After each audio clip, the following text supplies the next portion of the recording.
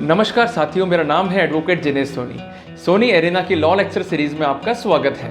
दोस्तों, जिस सब्जेक्ट को मैं डिस्कस करूंगा ये advocate point of view, law student point of view या उन पतियों के लिए इम्पॉर्टेंट है जो कि दहेज हिंसा का शिकार हो रहे हैं या होने जा रहे हैं। दोस्तों, हमारे हिंदुस्तान में एक कॉमन प्रिजम्पशन है कि हमारा समाज एक पुरुष प्रधान समाज है।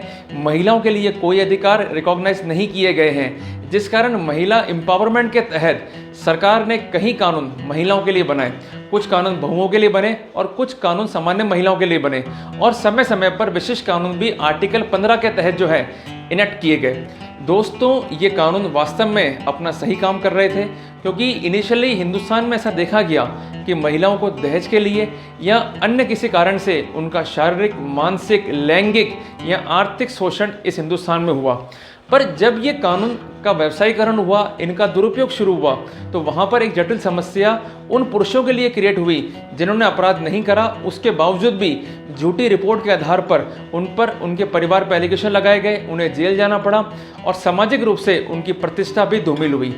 दोस्तों, जहाँ तक मुझे ध्यान आता है, NCRB national crime record bureau, जो कि हिंदुस्तान में क्राइम्स को लेकर डाटा कलेक्ट करती है, उसके सर्वे के अनुसार महिलाओं के द्वारा दर्ज अपराधों में केवल 10% मामलों में ही कन्विक्शन हुआ है। बाकी मामले कॉम्प्रोमाइज या अन्य किसी कारण से बरी हो गए हैं। जिसका हम क्या तात्पर्य लें? क्या महिलाएं कानून का दुरुपयोग कर रही है या महिलाओं के साथ कोई अन्य व्यक्ति भी मिलकर इन कानूनों का दुरुपयोग कर रहा है? दोस्तों, स्थितियां गंभीर है, जिस कारण ये वीडियो आप अंत तक देखें ताकि आपको इस पर्सपेक्टिव में सही स्थिति मालूम हो सके, और ऐसी स्थिति होने पर आपको क्या बचाव इन लीगल साइंस या एक व्यवहारिक रूप में करना है, इसकी जानकारी भी आपको मिल सके।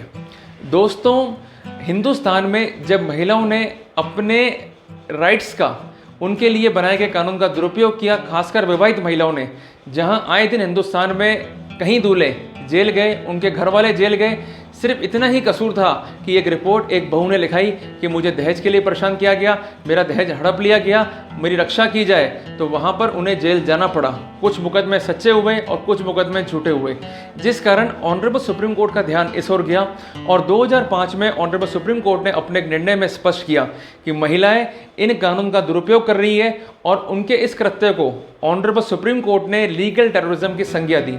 पर फिर भी ये गति नहीं रुकी, जिस कारण पार्लियामेंट को इस ओर ध्यान देना पड़ा, और गिरफ्तारी के सेक्शन के बाद एक नया चैप्टर जो है वो इंसर्ट किया, सेक्शन 41A CRPC, कि जहां सजा 7 साल तक है वहां सीधे गिरफ्तार ना करें यदि मुलजिम इन्वेस्टिगेशन में कोऑपरेट कर रहा है।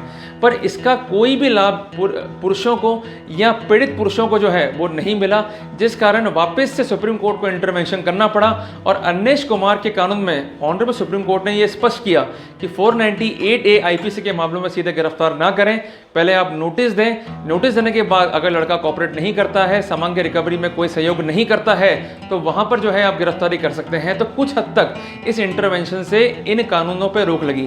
पर उसके बाद समस्या क्या पैदा हुई कि ऑनरेबल सुप्रीम कोर्ट ने फिर दखल दिया और ये स्पष्ट किया कि ऐसे मामलों में पहले काउंसलिंग करें, उसके बाद ही मामला दर्ज करें, जिससे महिलाओं को ये लगा कि हमारी शक्तियां जो कानून में दी गई हैं वो कमज़ोर हो गई हैं, जिस कारण इस पैकेज में अब section 376, section 377, section 354 IPC add किया गया।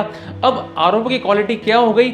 अब सब दहेज के साथ साथ मुझे छेड़ा गया, मेरे कमरे में आकर मेरे ससुर ने मेरे साथ गलत काम करने का प्रयास किया, मेरे ससुर साहब मेरे सामने ही अंडरवेयर पहन के घूमते रहते हैं, मेरा देवर मुझे ब्लू फिल्म दिखाता है। तो ऐसे आरोप ना केवल मानहानिकारक हैं, हमारी प्रतिष्ठा को धूमिल करने वाले हैं, और हमें इतना मेंटल डिप्रेशन कॉज करते हैं कि आत्महत्या के अलावा हमारे पास कोई विकल्प नहीं रहता है। दोस्तों, यदि आप एक सर्वे देखें तो हिंदुस्तान में सबसे ज़्यादा आत्महत्या किसानों के बाद उन पुरुष पीड़ित व्यक्तियों ने करी है जिनके विरुद्ध महिलाओं ने कानून का दुरुपयोग किया है, और अपनी इच्छा से अपने अनुसार ऐसे एलिगेशन लगा दिए हैं जिससे वो अधिक से अधिक मात्रा में उन्हें ब्लैकमेल कर सके और उनसे मनी एक्सटॉर्ट कर सके, जिसका एक रिसेंट एग्जांपल मी टू कैंपिंग ग्रुप में हमें देखने को मिलता है।